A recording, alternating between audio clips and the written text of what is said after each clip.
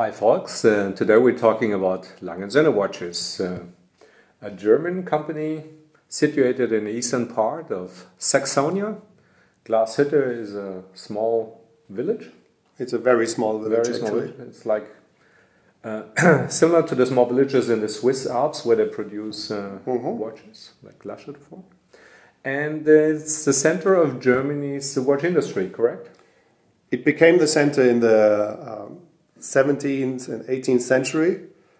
The family Lange produced high-grade pocket watches with interesting complications. Like Patek, like minute Patek. repeaters, chronometers, quality pieces. High-end quality. And that continued until 1945, when the war ended and Lange was completely dismantled by the Russians. They took the factory actually to Russia, and there was nothing for Lange & Söhne happening until in the early mid-1990s, correct? That's right. Why are we showing today the watches from the other way around?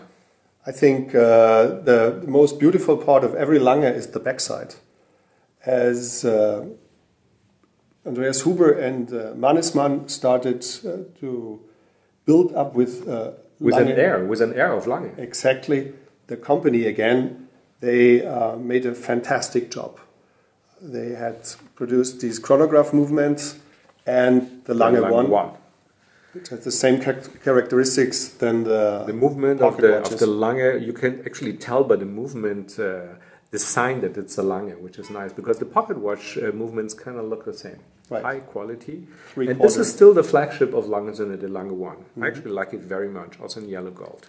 So what else did we bring? We brought a chronograph with panorama date, the so-called datograph, which was quite from the early on. They produced that watch, which quick set the possibility to set the date quite easily, and was this amazing movement I think it's one of the best looking movements for chronographs in the whole market. It's like you can dive in, you know. It's like you can jump into that movement. It's three-dimensional. And this company, Huber, you worked for Huber yes. in the early 1990s. They celebrated the 150th anniversary, and they brought out this special piece. Only 50 pieces were made in platinum. And it shows what is the characteristic, what's the complication? It shows the week. It's a week calendar. Okay, so the blue hand shows the number of week you are in the year, so you can be in the 25th week of a year or in the 47th, right? It's a very interesting complication. It was never made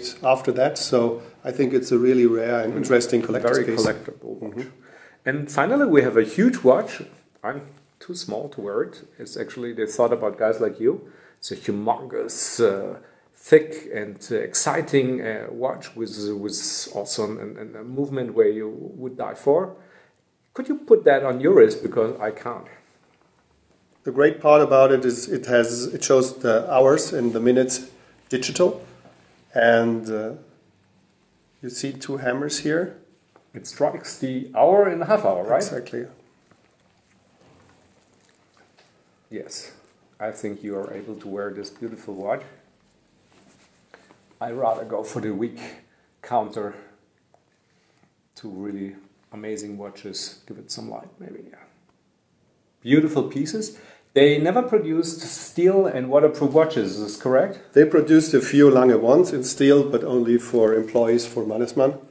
And on special request, we had already a few.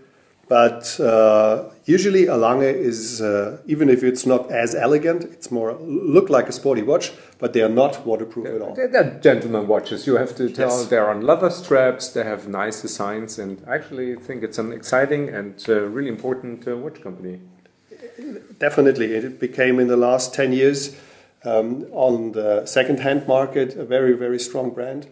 And on the auctions, you find really breathtaking prices for special models like the Polymerit Tourbillon, for example, or special editions.